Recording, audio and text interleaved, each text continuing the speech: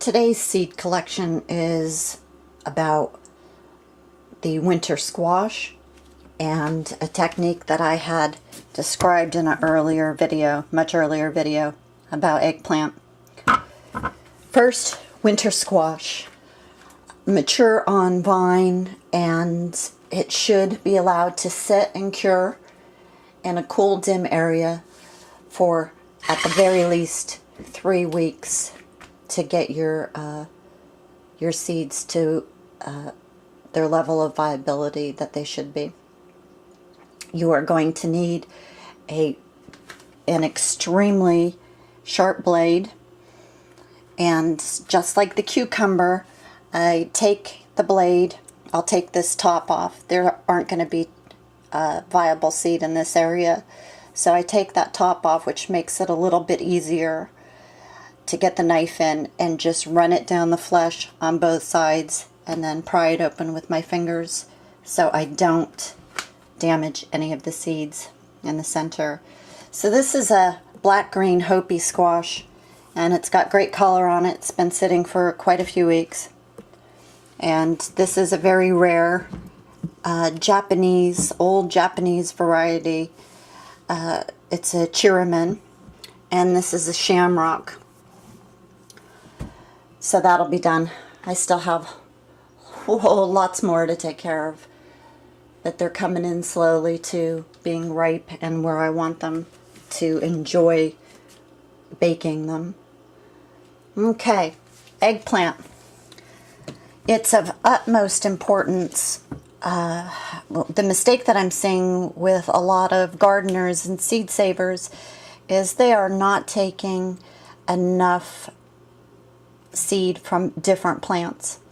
Eggplant is one of the plants that needs at least collect it from 8 to 10 great specimens to ensure a healthy seed stock, and they're typically known for a low germination rate. So this is cubed and thrown into a chopper with a little bit of water, and then I use the sink and float method. I'll put it in a jar of water, and all of the plant material will float to the top and the heavy seeds will sink, and then you just dump off the water with the plant material. Squash, you know, it's just like collecting pumpkin seeds that we're all used to. When we want to roast them, you just scoop them out, give them a rinse, and then plate them to dry.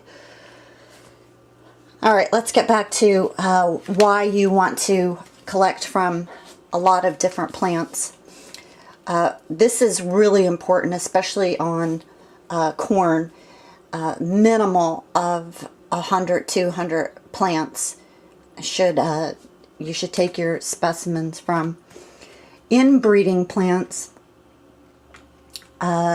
such as the lettuce and bell peppers, take seed from lots of the fruit. Tomatoes, lots of the fruit. That way you are getting a good genetic diversity. These plants are self-pollinating for the most part. You can see some crossing if you have an abundance of pollinators, but primarily they are self-fertilizing.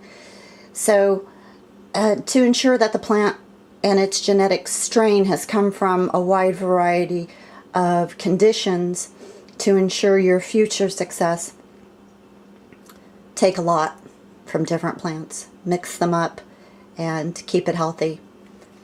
I got a cucumber back there to rinse too. That was a little special surprise when I cleared the vines. There had actually been some cucumbers that I missed. So that's a beautiful thing.